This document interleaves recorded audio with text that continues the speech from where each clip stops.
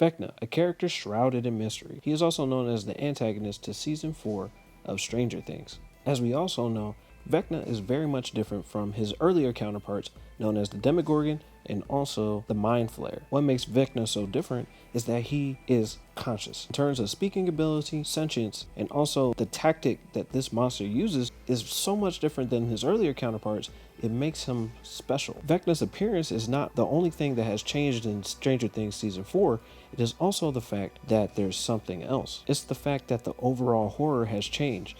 And this type of horror is analog horror.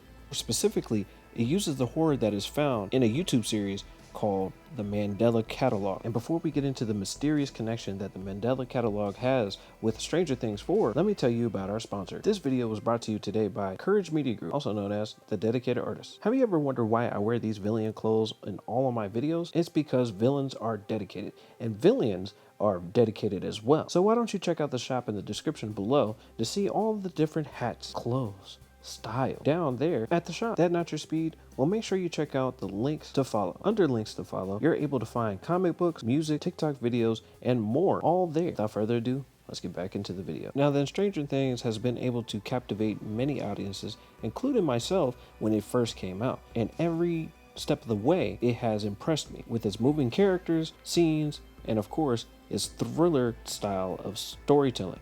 And as far as I can tell, each season has always tried to outdo the last. Hopper getting lost inside a viney tentacle thing monster or whatever just wasn't enough. Got the Demogorgon. And when the Demogorgon wasn't enough, guess what we got next?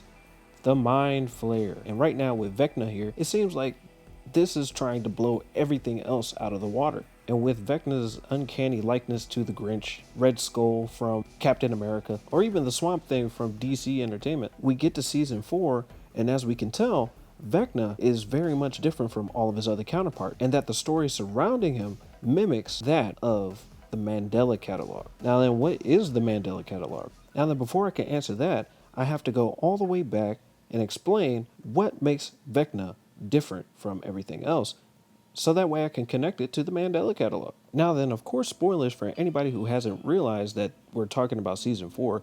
Don't know why you're not caught up yet. But for those that are not all the way caught up, this video contains no spoilers from volume 2 of season 4. So let that be a lesson to you. So what makes Vecna's powers stand out?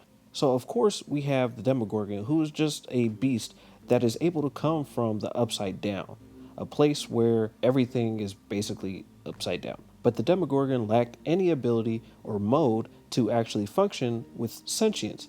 It had no brain. And as far as anybody cared, it was just there acting like a beast, an animal, ready to chase you into the depths of the forest. And if you weren't eaten by that, it would just call out more friends to come and eat you up. Now then, a lot of fans speculate that the Mind Flayer and Vecna have very similar properties. They'd be right to point out the similarities, that they both have long tendrils, that they both have magical abilities, and that they were both trying to tear a hole inside of Earth, so that way they could come to the real world. And unlike the Demogorgon, which was acting off of instinct of survival, the Mind Flayers seem to show more smarts, more intelligence, as if the deep was getting smarter. But as you may notice, the Mind Flayer also lacks a physical body. And with the appearance of Vecna, this shatters two possibilities. One, that he is the Mind Flayer. The Mind Flayer lacked any physical body, which Vecna does have. And the appearance of Vecna also dispels the truth that the Demogorgon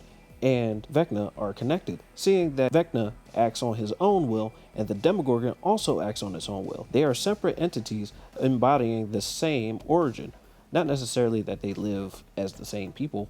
Now then, even with all this knowledge, we can tell that Vecna is still vastly different, especially in the way that he targets all of his victims. Unlike the Demogorgon, which attacks his victims directly using his claws and climbing through the upside down in order to invade the land, Vecna uses an approach that is similar to the Mind Flayers, but completely different in its approach.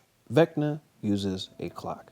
And with this clock, he is able to create a disturbance within people and invade their mind, so that way he can suck up their soul. But the way he tortures, invades the person's mind and uses them to invoke their fears, so that way he sucks up their souls, is the driving factor as to why I see this as a loose connection to the Mandela Catalogue. Now then, what is the Mandela Catalogue? The Mandela Catalogue is a YouTube series done by Alex Kirst. It's a story that documents the tales of a place called Mandela County. And although it follows a character named Adam and his friend, it documents the strange going-ons in that place called Mandela County. Now then, the lore within this series is very interesting and also just plain weird and disturbing. So if that's the type of stuff that you're into, I would suggest you watch people like Wendigoon and of course Film Theory, who have covered somewhat of the subject. And of course, go watch the original project, because how else would you get the first source? Now, what are some of the specific things that connect the Mandela Catalogue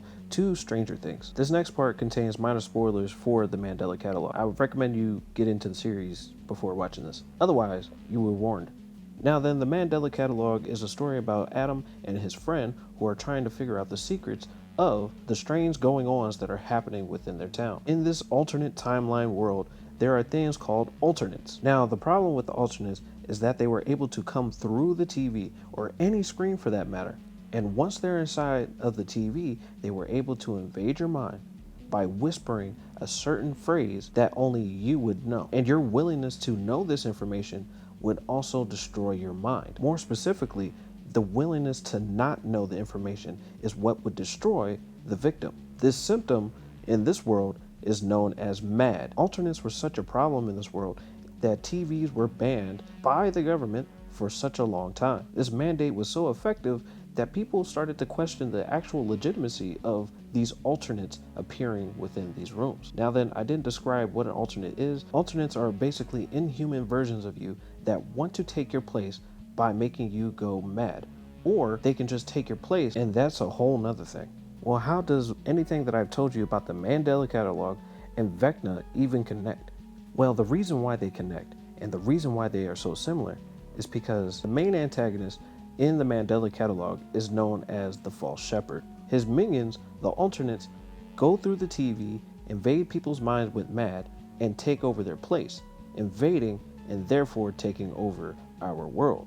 Now, if this isn't starting to sound similar to our other character from Stranger Things, VECNA, I don't know what to tell you. But VECNA uses the same or similar technique, which I will be calling clock-induced distress, otherwise known as KID. VECNA induces KID by using the image of a clock. Whoever sees the image of the clock will begin to see things that they don't want to see, things that they've always feared in their life, things that they do not want to know. For example, if you notice, every victim runs away from their immediate truth, an event or thing that happens in their life that they want to avoid completely. Like Max avoiding her true feelings about how she feels about her brother, or Chrissy and how she feels about how her mom treated her when she was young, or even the young reporter guy who feels guilty about committing a crime that wasn't his fault. Was it his fault? I won't know, but he felt guilty about it. But VECNA induces KID in a very similar manner that MAD is induced within the Mandela Catalogue. In the Mandela Catalogue, the False Shepherd is able to induce MAD by coming onto the TV screen and whispering something that the viewer does not want to hear. And VECNA induces the same syndrome called KID to anybody who sees his clock, the thing that makes him stuck in this world. And this is the reason why season 4 of Stranger Things is so different than any of the things that we've seen before.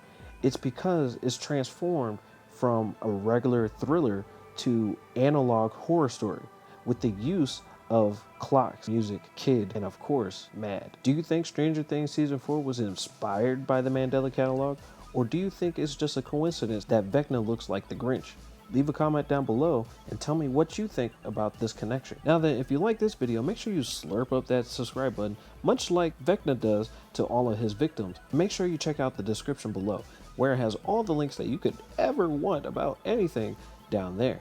Make sure to check out all of our other videos on the channel, including our shorts, gaming videos, and whatever else may interest you. So make sure to like, subscribe, and I'll see you in another video. Bye-bye.